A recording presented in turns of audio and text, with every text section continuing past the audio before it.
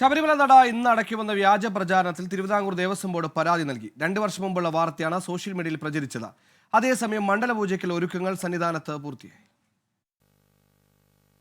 1,06,000 തീർത്ഥാടകരാണ് കഴിഞ്ഞ ദിവസം ശബരിമലയിൽ ദർശനം നടത്തിയത്. തങ്കയങ്കി ഘോഷയാത്ര നാളെ ഉച്ചയ്ക്ക് പമ്പയിലെത്തും. ദേവസ്വം മന്ത്രി VN വാസവൻ ഘോഷയാത്രയെ അനുഗമിക്കും. വൈകിട്ട് 6-ന് സന്നിധാനത്ത്, 6:30-യോടെ തങ്കയങ്കി ചാർത്തിയുള്ള ദീപാരാധന. തിരക്കുയർന്നതോടെ വെർച്വൽ ക്യൂ ബുക്കിംഗിലും സ്പോട്ട് ബുക്കിംഗിലും നാളെയും മറ്റന്നാളും നിയന്ത്രണമുണ്ട്. എന്നാൽ പമ്പയിലെത്തുന്ന തീർത്ഥാടകരെ തടയില്ലെന്ന് Thiruvithamkoor Devaswom board president PS Prashanth. മണ്ഡലപൂജയ്ക്കുള്ള എല്ലാ ഒരുക്കങ്ങളും പൂർത്തിയായി. 26-ന് രാത്രി 11-ന് ഹരിവരാസനം പാടി നടയടയ്ക്കും. പിന്നീട് തുറക്കുക 30-ന് മണ്ഡല മകരവിളക്ക് മഹോത്സവത്തിനായി. ശബരിമല നട ഇന്നടയ്ക്കുമെന്ന തരത്തിൽ സോഷ്യൽ മീഡിയയിൽ പ്രചരിക്കുന്ന വാർത്ത വ്യാജമെന്ന് ദേവസ്വം ബോർഡ് വ്യക്തമാക്കി. അതൊരു വ്യാജ പ്രചരണമാണ്. അതൊക്കെ സത്യത്തിൽ വേറെ ചില താല്പര്യങ്ങളാണ്. അപ്പോൾ ചുമ്മാ കയറി വരില്ല.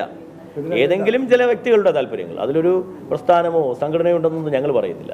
ഇപ്പോൾ പിന്നെ സോഷ്യൽ മീഡിയ ആണല്ലോ, എന്തും പറയാമല്ലോ. അത് സൈബർ പോലീസിന് പരാതി കൊടുത്തിട്ടുണ്ട്. പ്രളയശേഷം നിർത്തിവെച്ച പമ്പാ സംഗമം പുനരാരംഭിക്കാനും ദേവസ്വം ബോർഡ് തീരുമാനിച്ചു. ജനുവരി 12-നാണ് സംഗമം നടത്തുക. 24 സന്നിധാനം. ശബരിമലയിലെ ഇന്നത്തെ ചടങ്ങുകൾ. BLM housing cooperative society limited ശബരിമലയിലെ ചടങ്ങുകൾ സമർപ്പിക്കുന്നത് Bharat Lajna multi state housing cooperative society limited.